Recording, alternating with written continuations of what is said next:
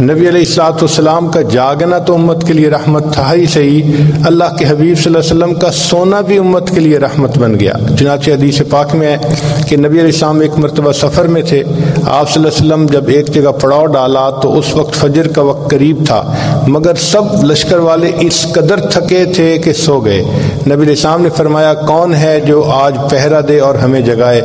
بلال لانو نے ذمہ داری لے لی، اے اللہ کے حبیب صلی اللہ علیہ وسلم سب سو جائیں میں جگا دوں گا۔ چنانچہ سب سو گئے، بلال لانو پہرا دیتے رہے۔ اللہ کی شان کے کھڑے کھڑے ایک جگہ انہوں نے ٹیک لگائی تو ان کو کھڑے ہوئے نیند آ گئی۔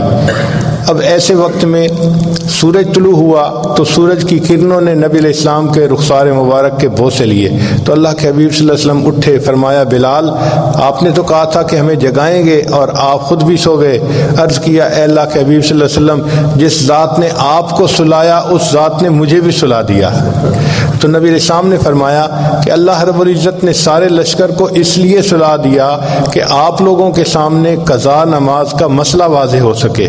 اگر کوئی ایسا معاملہ سونے والا پیش نہ آتا اور نماز قضا نہ ہوتی تو امت کو نماز قضا کرنا جو ہے اس کو ادا کرنا کون سکھاتا؟ تو جس محبوب صلی اللہ علیہ وسلم کی نیند بھی امت کے لیے رحمت ہو، ان کا جاگنا امت کے لیے کتنی رحمت ہوگا۔ بلکہ اللہ کے حبیب صلی اللہ علیہ وسلم کا بھولنا بھی امت کے لیے رحمت۔ حدیث پاک میں ہے کہ نبی علیہ السلام نے امامت فرمائی اور 4 رکعت کی بجائے 2 پہ سلام پھیر دیا تو صحابہ نے پوچھا اے اللہ کے حبیب صلی اللہ علیہ وسلم کیا آج کے بعد یہ نماز 2 رکعت بن گئی؟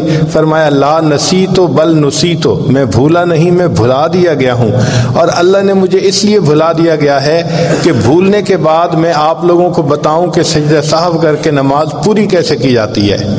جس محبوب صلی اللہ علیہ وسلم کا بھولنا بھی امت کے لیے رحمت ہو، ان کا ہوش کے اندر بات چیت کرنا امت کے لیے کتنی بڑی رحمت ہوگا۔ اس لیے نبی علیہ السلام امت کے لیے بھی رحمت، غیروں کے لیے بھی رحمت۔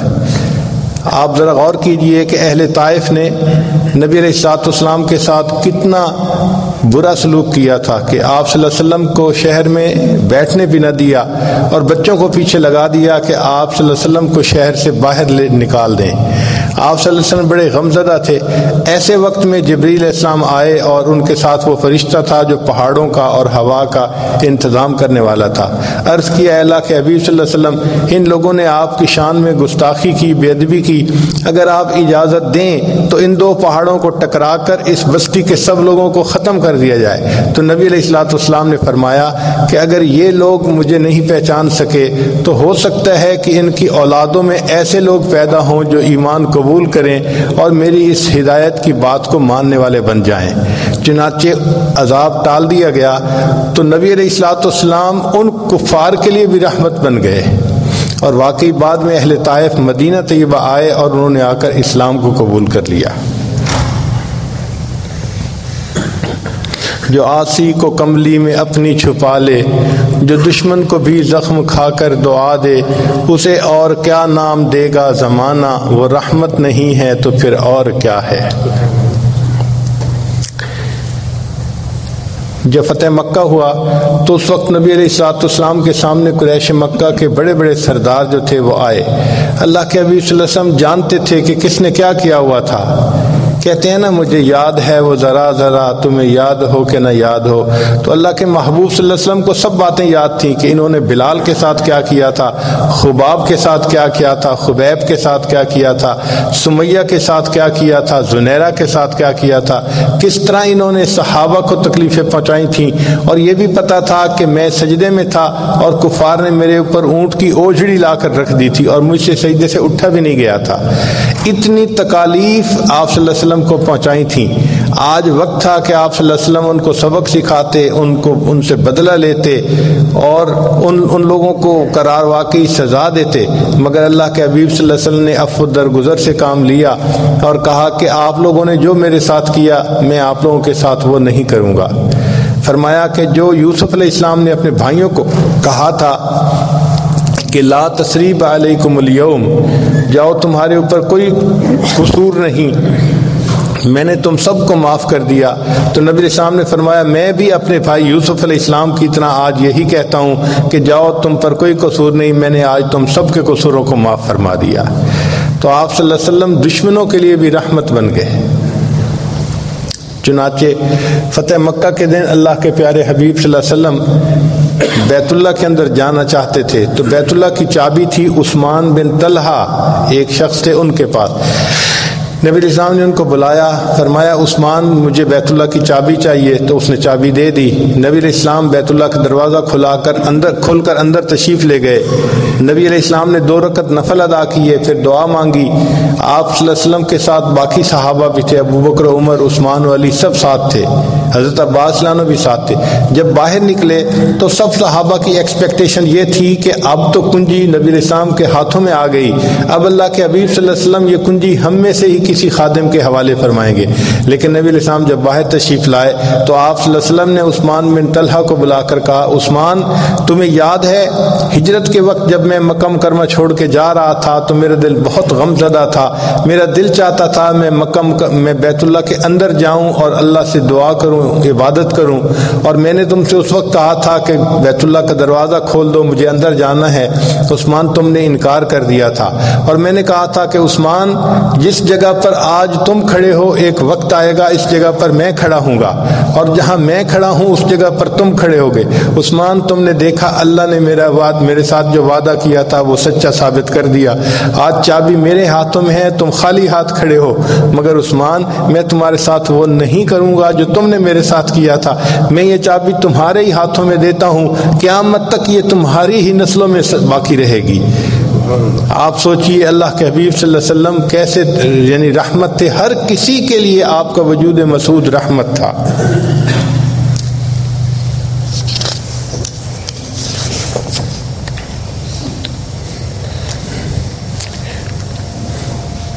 آپ صلی اللہ علیہ وسلم جنوں کے لیے بھی رحمت بن گئے، چنانچہ جنوں نے بھی نبی علیہ السلام کی خدمت میں حاضر ہو کر کلمہ پڑھا۔ اس کا تذکرہ قرآن مجید میں بھی ہے کہ جن آئے اور کہنے لگے انصتوا انا سمعنا منادیا ینادی للایمان ان آمنوا بربکم فآمنا۔ نبی علیہ السلام نے فرمایا کہ جو ہڈیاں وغیرہ پڑی ہوتی ہیں تم ان کے ساتھ نجاست مت لگایا کرو، اس لیے کہ یہ جنوں کی خوراک ہوتی ہے۔ تو دیکھو کہ آپ صلی اللہ علیہ وسلم کی تعلیمات سے جنوں کو بھی فائدہ پہنچ رہا ہے، یعنی دوسرے لفظوں میں نبی علیہ السلام کی رحمت للعالمین سے ان کو بھی حصہ مل رہا ہے۔ جانوروں کے لیے رحمت بن گئے۔ قریش مکہ کے زمانے میں کھڑے جانور کو جسم کے کسی حصے کا گوشت کاٹ کے پکایا جاتا تھا، اور جانور کو کیا تکلیف ہوئی اس کا کوئی خیال نہیں رکھا جاتا تھا۔ نبی علیہ السلام تشریف لائے تو اللہ کے حبیب صلی اللہ علیہ وسلم نے بتلایا کہ جانور کو اس طرح نہیں تکلیف دینی چاہیے، ہاں اگر اللہ کے نام پہ ذبح کرنا ہو وہ تو اور بات ہے۔ چنانچہ آپ صلی اللہ علیہ وسلم نے فرمایا کہ جانور کو تم اگر اپنے گھر میں پالو تو اس کو تم ضرورت کے مطابق کھلاؤ اور پلاؤ اور اس کا خیال رکھو، اور یہ بھی فرمایا کہ اگر اونٹ وغیرہ ہے تو کھڑی حالت میں اس کے اوپر مت بیٹھ جاؤ، اس کو کرسی کے طور پہ استعمال نہ کرو، اگر اوپر بیٹھنا ہے تو تم اب سفر کرو۔ تو اللہ کے حبیب صلی اللہ علیہ وسلم نے جانوروں کے بھی حقوق آ کر سمجھائے، تو جانوروں کو بھی محبوب کی رحمت للعالمین سے حصہ مل گیا۔ چنانچہ اللہ تعالیٰ فرماتے ہیں وما ارسلناک الا رحمت للعالمین۔ نباتات کو بھی حصہ ملا۔ نبی السلام نے فرمایا کہ بلا وجہ کسی درخت کے پتے کاٹنا یا شاخ کاٹنا یہ اچھا نہیں، اور یہ بھی فرمایا کہ بھئی اگر تم درخت لگا سکتے ہو تو تمہیں اس درخت کے لگانے کے بدلے اللہ تعالیٰ کی طرف سے اجر اور ثواب ملے گا۔ تو دیکھیے کہ درختوں کو لگانے کا حکم دیا اور کاٹنے سے منع فرمایا، بلا ضرورت جو کاٹ دیا جاتا ہے۔ تو گویا درختوں کو بھی نبی علیہ السلام کی تعلیمات سے پروٹیکشن مل گئی، یعنی ان کو بھی نبی علیہ السلام کی رحمت للعالمین سے حصہ ملا۔ فرمایا وما ارسلناک الا رحمت للعالمین۔ اگر ہم انسانوں کو دیکھیں تو معاشرے کے ہر فرد کو نبی علیہ السلام کی رحمت للعالمین سے حصہ ملا۔ فرض کرو گھر کے اندر ماں کا ایک درجہ ہوتا ہے، تو نبی علیہ الصلوۃ والسلام نے فرمایا کہ الجنت تحت اقدام امہاتکم، جنت تمہارے لیے ماں کے قدموں کے نیچے ہے۔ ماں کی یہ عظمت نبی علیہ الصلوۃ والسلام نے آ کر بتائی، اس سے پہلے دنیا عظمت نہیں جانتی تھی، بلکہ زمانے جاہلیت میں کفار کا تو یہ حال تھا کہ باپ فوت ہوتا تھا تو ماں باقی مال کی وراثت کی طرح بچوں میں تقسیم ہوتی تھی، تو بچے اپنی ماں سے خود نکاح کر لیا کرتے تھے۔ آپ ذرا غور کیجئے کہ اس وقت ماں کا کیا حال تھا.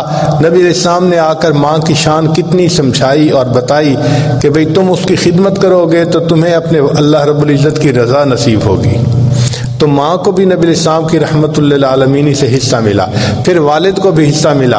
اس لیے نبی علیہ السلام نے فرمایا جس شخص نے اپنے والد کے چہرے پر محبت کی ایک نظر ڈالی، اس کے بدلے اللہ تعالیٰ اس کو ایک حج یا ایک عمرے کا ثواب عطا فرمائیں گے. دنیا باپ کا مقام نہیں جانتی تھی، یہ مقام کس نے آ کر دنیا کو بتایا؟ اللہ کے محبوب صلی اللہ علیہ وسلم نے بتایا. چنانچہ فرمایا کہ تمہارے والد کی رضا میں تمہاری رضا اللہ کی رضا ہے، اور والد کی ناراضگی میں تمہارے رب کی ناراضگی ہے. پھر اللہ کے حبیب صلی اللہ علیہ وسلم کی رحمت للعالمین سے گھر کے باقی افراد کو بھی حصہ ملا. مثال کے طور پر اولاد کو بھی حصہ ملا. نبی علیہ السلام نے فرمایا کہ جب باپ اپنے بچے کو محبت سے بوسہ دیتا ہے تو ریح الولد میں ریح الجنہ، یہ جو بچے کی مہک وہ سونگتا ہے، اللہ تعالیٰ اس کے بدلے اس کو جنت کی مہک سونگنے کی توفیق عطا فرمائیں گے. تو اولاد کو بھی نبی علیہ السلام کی رحمت للعالمین سے حصہ مل رہا ہے. بیٹی کو بھی حصہ ملا، بیٹے کو بھی حصہ ملا. چنانچہ نبی علیہ السلام کی خدمت میں ایک صحابی حاضر ہوئے. انہوں نے ایک چھوٹی سی بچی کو اٹھایا ہوا تھا، اس کو پیار کر رہے تھے مگر آنکھوں میں آنسو تھے. نبی علیہ السلام نے پوچھا کہ کیا معاملہ ہے کہ تم اس بچی کو پیار بھی کر رہے ہو اور تم رو بھی رہے ہو؟ اے اللہ کے حبیب صلی اللہ علیہ وسلم، زمانے جاہلیت میں میں نے بہت بڑا گناہ کر لیا کہ مجھے گھر میں بیٹی کا پیدا ہونا بہت ناپسند تھا. میں نے اپنی بیوی کو کہا ہوا تھا کہ اگر میرے ہاں بیٹی پیدا ہوئی تو میں اس کو زندہ دفن کر دوں گا. میں تجارتی سفر پہ چلا گیا تھا، واپسی پہ میرے پیچھے میرے ہاں جو ہے وہ بیٹی کی ولادت ہوئی، مگر میری بیوی نے میری بیٹی کو اپنی بہن کے ہاں بھجوا دیا. جب میں واپس آیا تو مجھے اس نے کہا کہ میرے ہاں بیٹی ہوئی تھی اور میں نے اس بیٹی کو نمٹا دیا. تو میں مطمئن ہو گیا کہ چلو بچی کو میں نے دیکھا بھی نہیں. وہ بیٹی جو تھی میری بیوی کے بہن کے گھر یعنی سالی کے گھر پلتی رہی، حتیٰ کہ تھوڑی بڑی ہو گئی تو وہ ماں اس کو لے کے آتی ہمارے گھر میں، تو میں اس کو اپنی بیوی کی بہن کی بیٹی ہی سمجھتا. وہ بچی ذرا بڑی ہوئی، میرے ساتھ موانست کرتی، محبت کا اظہار کرتی، مجھے بھی اچھی لگتی، کبھی میری گود میں آ جاتی، میں اسے اٹھا لیتا، میں اسے پیار کرتا، حتیٰ کہ وہ بچی چلنے کے قابل ہو گئی. تو مجھے اس بچی کے ساتھ ایک محبت کا تعلق بن گیا. میں اس کو مس بھی کرتا اور کئی مرتبہ پوچھتا کہ میں نے اس کو نہیں دیکھا، وہ کہاں ہے. جب میری بیوی کو یقین ہو گیا کہ اب ان کو اس بچی کے ساتھ محبت ہو گئی، ایک دن اس نے یہ ڈسکلوز کیا کہ بھئی یہ تو ہماری بیٹی ہے، میں نے اپنی بہن کے گھر بھیج دیا تھا کہ آپ اس کو دفن نہ کر سکیں. وہ کہتے ہیں کہ میں نے یہ سنا اور میرے دل کے اندر اس وقت سے نا ایک بغض بیٹھ گیا کہ میں نے اس لڑکی کو زمین میں دفن کرنا ہے. چنانچہ ایک دن میں اس کو بازار لے کے جاتا تھا، وہ میرے ساتھ کھیلتی تھی، باتیں کرتی تھی، محبت کا اظہار کرتی تھی. میں ایک دن اس کو لے کے جنگل میں گیا اور میں نے اپنے ساتھ کسی بھی لے لی. تو کسی لے کر میں زمین کھودنے لگا. میں اس بچی کے لیے گڑھا کھود رہا تھا اور وہ مٹی میرے کپڑوں پر پڑ رہی تھی. تو بچی میرے قریب آئی اور کہنے لگی کہ ابو آپ کے کپڑوں پر مٹی لگ رہی ہے. میں نے اس کی ان معصومانہ باتوں کا بھی کوئی لحاظ نہ کیا اور میرے اوپر ایسی حیوانیت چھائی ہوئی تھی کہ میں نے گڑھا کھودا اور بالآخر اس بچی کو دھکا دیا اور اس کے اوپر مٹی ڈالنی شروع کر دی. وہ بچی رونے لگی، میری آنکھوں میں مٹی جا رہی ہے، سر میں مٹی جا رہی ہے، آپ ایسا کیوں کر رہے ہیں؟ میں نے اس کی کوئی بات نہیں سنی، مٹی ڈالتا رہا حتیٰ کہ اس کی آواز آنی بند ہو گئی. میں نے اس بچی کو اپنے ہاتھوں سے زمین میں دفن کر دیا. اے اللہ کے حبیب صلی اللہ علیہ وسلم، ایک میری زندگی کا وہ رخ تھا اور ایک رخ یہ ہے کہ آپ صلی اللہ علیہ وسلم تشریف لائے اور آپ نے بچوں سے پیار کرنا سکھایا. یہ بیٹی میرے بھائی کی بیٹی ہے، چھوٹی ہے، مگر اب اس کو بھی میں پیار کرتا ہوں، اپنے ساتھ لے کے پھرتا ہوں اور اپنی محبت کا اظہار کرتا ہوں. تو اللہ کے محبوب صلی اللہ علیہ وسلم کی رحمت للعالمین سے بیٹی نے بھی حصہ پایا، بیٹے نے بھی پایا، ماں نے بھی پایا، باپ نے بھی پایا.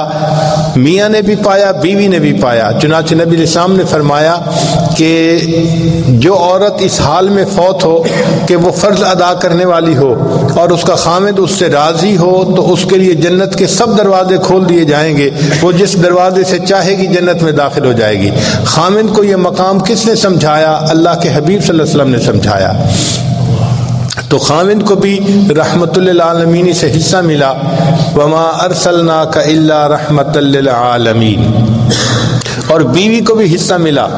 چنانچہ زمانہ جاہلیت میں بیویوں کے ساتھ بہت برا سلوک کیا جاتا تھا، یہاں تک کہ اگر جو ہے وہ خامد کی وفات ہو جاتی تھی تو بیوی کو منحوس سمجھا جاتا تھا اور اس کو شہر میں رہنے نہیں دیا جاتا تھا، بلکہ مکہ کے باہر الگ تھلگ کچھ کمرے بنے ہوئے تھے، اس کو وہاں بھیج دیا جاتا تھا کہ یہ منحوس عورت ہے، یہ اس آبادی میں رہنے کے قابل نہیں ہے۔ حالانکہ خامد کی موت اس کی قسمت کے معاملہ ہے، عورت کا اس میں کیا قصور ہے، مگر اس عورت پر الزام لگایا جاتا تھا۔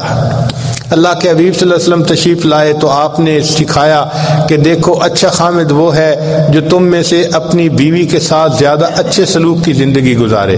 نبی اسلام نے فرمایا خیرکم خیرکم لأہلہ، تم میں سے سب سے بہتر وہ ہے جو تم میں سے اپنے اہل خانہ کے لیے بہتر ہے۔ تو آدمی کی اچھائی کا اندازہ اس کے دفتر سے نہیں لگائیں گے، اس کے بزنس سے نہیں لگائیں گے، اس کی فیکٹری سے نہیں لگائیں گے، بلکہ اس کی اچھائی کا اندازہ اس کے گھر والوں کے ساتھ جو اس کا اخلاق ہے اس سے لگائیں گے کہ بھئی یہ گھر والوں کے ساتھ حسن معاشرت کتنی رکھتا ہے۔ آپ دیکھیے بیوی کو عزت کس نے دلوائی؟ اللہ کے محبوب صلی اللہ علیہ وسلم نے دلوائی۔ چنانچہ ایک روایت کا مفہوم ہے کہ خامد جب بیوی کو محبت کی نظر سے دیکھ کر مسکراتا ہے اور بیوی خامد کو دیکھ کر مسکراتی ہے، اللہ رب العزت ان دونوں کو دیکھ کر مسکراتے ہیں۔ اس لیے فرمایا کہ انسان جو بھی خرچ کرتا ہے وہ صدقہ کہلاتا ہے دین کے لیے، لیکن اگر وہ بیوی کے اوپر خرچ کرتا ہے تو اللہ تعالیٰ اس کو بہترین صدقہ کرنے کا ثواب عطا فرماتے ہیں۔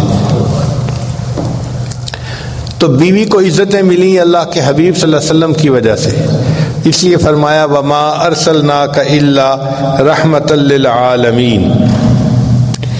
پھر اللہ کے حبیب صلی اللہ علیہ وسلم نے کی رحمت سے تاجر نے بھی حصہ پایا۔ نبی اسلام نے فرمایا التاجر الصدوق، جو سچ بولنے والا تاجر ہوگا اللہ تعالیٰ اس کو قیامت کے دن انبیاء کی قطار کے فوراً پیچھے جگہ عطا فرمائیں گے۔ تو تاجر کو بھی عزتیں ملی دنیا کی اور آخرت کی۔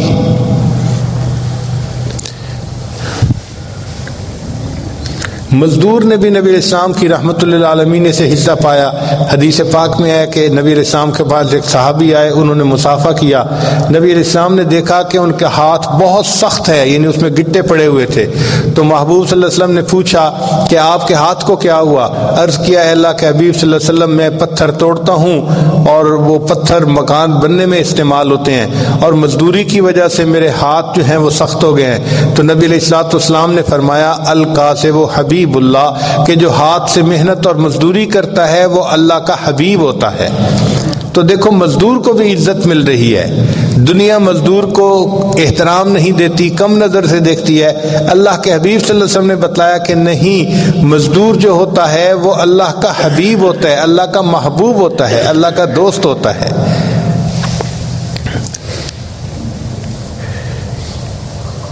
پھر اللہ کے حبیب صلی اللہ علیہ وسلم امیر کے لیے بھی رحمت بنے، غریب کے لیے بھی رحمت بنے۔ چنانچہ نبی علیہ الصلوۃ والسلام نے فرمایا کہ جو امیر لوگ نرم بستروں پر زندگیاں گزارنے والے ہوں گے مگر اللہ کو یاد کریں گے، اللہ اس کے بدلے ان کو قیامت کے دن جنت عطا فرمائیں گے۔ نرم بستروں پر ذکر کرنے کی وجہ سے اللہ تعالیٰ ان کو جنت کی نعمتیں عطا فرمائیں گے۔ تو امیر کو سمجھ لگ گئی کہ کس طرح میں زندگی گزاروں تو مجھے جنت کا راستہ نصیب ہو جائے گا۔ تو امیر کے لیے بھی آپ رحمت بن کر تشریف لائے اور اللہ کے حبیب صلی اللہ علیہ وسلم غریب کے لیے بھی رحمت بن کر آئے۔ نبی علیہ السلام نے خوشخبری دی کہ قیامت کے دن جو غریب ہوں گے وہ امیروں سے 500 سال پہلے جنت میں داخل کر دیے جائیں گے، اور آخرت کا ایک دن دنیا کے 50,000 سال کے برابر ہوگا۔ اگر ایک دن دنیا کے 50,000 سال کے برابر ہے تو جو لوگ 500 سال پہلے جنت داخل کر دیے جائیں گے وہ کتنے خوش نصیب لوگ ہوں گے۔ نبی علیہ السلام نے دعا مانگی، اللہم احینی مسکینہ وامیتنی مسکینہ واحشرنی فی زمرۃ المساکین، اے اللہ مجھے مسکینی کی حالت میں زندہ رکھیے، مسکینی کی حالت میں مجھے موت دیجیے، اور قیامت کے دن مسکینوں کے ساتھ میرا حشر فرما دیجیے۔ تو غریب اور مسکین کو عزت ملی کہ اللہ کے حبیب صلی اللہ علیہ وسلم نے دعائیں ایسی کیں کہ جس کی وجہ سے مسکینوں کو دنیا میں عزت کی نگاہ سے دیکھا جانے لگا۔ اس کو کہتے ہیں وما ارسلناک الا رحمت للعالمین، اے محبوب ہم نے آپ کو نہیں بھیجا مگر جہانوں کے لیے رحمت بنا کر بھیجا ہے۔ اللہ کے حبیب صلی اللہ علیہ وسلم بیمار کے لیے رحمت بن کر تشریف لائے۔ نبی علیہ السلام نے فرمایا کہ جب کوئی آدمی بیمار ہوتا ہے تو اللہ رب العزت اس کے لیے فرشتے کو بلا کر فرماتے ہیں کہ دیکھو میرا بندہ صحت کی حالت میں جو اعمال کرتا تھا اب بیمار ہو گیا، اب عذر ہے، لیکن جو اعمال صحت میں کرتا تھا تم اس کا وہ اجر اسی طرح لکھتے رہنا۔ اور یہ بھی فرمایا کہ یہ درد کی وجہ سے کراہے گا تو اس کے کراہنے پر سبحان اللہ اور الحمدللہ پڑھنے کا اجر لکھنا۔ اور یہ بھی فرمایا کہ بیمار آدمی جب شفا پاتا ہے تو اس کے گناہ اس طرح جھڑ جاتے ہیں جیسے پت جھڑ کے موسم میں درختوں کے پتے جھڑ جایا کرتے ہیں۔ چنانچہ بعض حدیث میں ہے کہ بعض بیمار لوگ جب بیماری سے شفا یاب ہوتے ہیں وہ اس طرح گناہوں سے پاک ہوتے ہیں جیسے اس دن پاک تھے جب ان کی ماں نے ان کو جنم دیا تھا۔ تو بیماری انسان کے لیے مغفرت کا سبب بن جاتی ہے۔ یہ تعلیمات کس نے دیں؟ اللہ کے حبیب صلی اللہ علیہ وسلم نے دیں، یعنی بیمار کو بھی اللہ کے محبوب صلی اللہ علیہ وسلم کی رحمت للعالمین سے حصہ ملا۔ اس کو کہتے ہیں وما ارسلناک الا رحمت للعالمین۔ پھر اللہ کے حبیب صلی اللہ علیہ وسلم یتیم کے لیے بھی رحمت بن کر تشریف لائے۔ چنانچہ یتیموں کے ساتھ زمانہ جاہلیت میں بہت برا سلوک کیا جاتا تھا، ان کا مال پیسہ غبن کر لیا جاتا تھا اور ان کو لاوارث چھوڑ دیا جاتا تھا، کوئی ان کے سر پہ ہاتھ رکھنے والا نہیں ہوتا تھا۔ اللہ کے حبیب صلی اللہ علیہ وسلم نے تعلیمات دیں اور فرمایا کہ جو یتیم کی کفالت کرے گا اس کے سر پر شفقت کا ہاتھ رکھے گا، ہاتھ کے نیچے جتنے بال ہوں گے اتنے بالوں کے برابر نیکیاں اس کے نام اعمال میں لکھی جائیں گی۔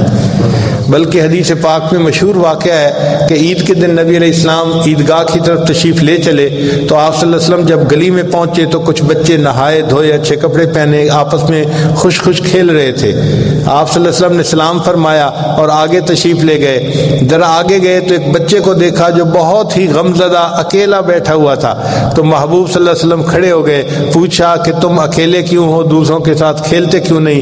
اس نے کہا اللہ کے حبیب صلی اللہ علیہ وسلم میں یتیم مدینہ ہوں، میرے والد صاحب فوت ہو گئے، کوئی نہیں جو میرے لیے کپڑے لاتا اور میری والدہ مجھے نہلا دھلا کر کپڑے پہناتی، میں اس وقت لاوارث ہوں تو اس لیے میں تنہا بیٹھا اپنے والد کو یاد کر رہا ہوں۔ نبی علیہ السلام نے اسے فرمایا اچھا تم میرے ساتھ آؤ۔ وہ بچہ ساتھ چلا۔ اللہ کے حبیب صلی اللہ علیہ وسلم عیدگاہ جانے کے بجائے واپس اپنے گھر تشریف لے آئے اور عائشہ صدیقہ رضی اللہ عنہا سے فرمایا کہ حمیرہ اس بچے کو نہلا دو۔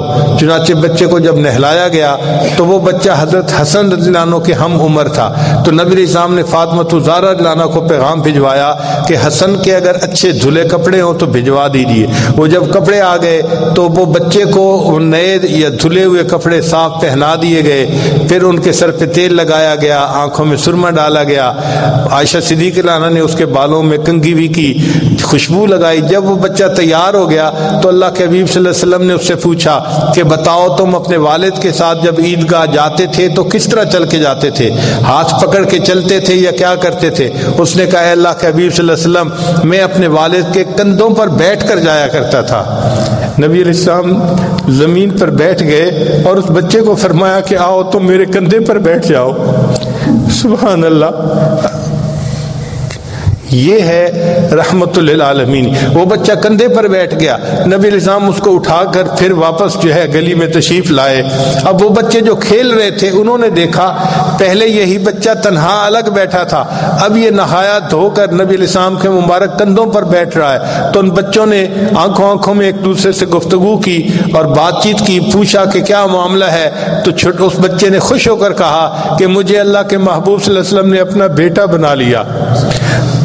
کتابوں میں تو یہاں تک لکھا ہے کہ وہ جو کھیل رہے تھے بچے، ان میں سے ایک بچے نے ٹھنڈی سانس لی اور کہنے لگا کاش میرے والد بھی فوت ہو چکے ہوتے اور اللہ کے حبیب صلی اللہ علیہ وسلم مجھے بھی اپنا بیٹا بنا لیتے۔ نبی علیہ السلام اس حال میں اس بچے کو لے کے عیدگاہ تشریف لائے، تو جب آپ صلی اللہ علیہ وسلم ممبر پر چڑھنے لگے تو وہ بچہ نیچے بیٹھنے لگا۔ نبی علیہ السلام نے فرمایا نہیں، تم نیچے نہیں بیٹھو گے، بلکہ ممبر میں جہاں میں بیٹھوں گا میرے ساتھ تم بیٹھو گے۔ آپ صلی اللہ علیہ وسلم نے اس یتیم بچے کو اپنے ساتھ بٹھایا اور پھر اس کے سر پر ہاتھ رکھ کر فرمایا انا وکافل الیتیم ھکذا، کہ قیامت کے دن میں اور یتیم کی کفالت کرنے والا جنت میں اس طرح ایک دوسرے کے ساتھ اکٹھے ہوں گے۔ اب دنیا کو پتہ چلا کہ یتیم کی کفالت کرنا کتنا بڑا اجر کا کام ہے، تو اللہ کے حبیب صلی اللہ علیہ وسلم کی رحمت للعالمین سے یتیم کو بھی حصہ ملا۔ فرمایا وما ارسلناک الا رحمتا للعالمین۔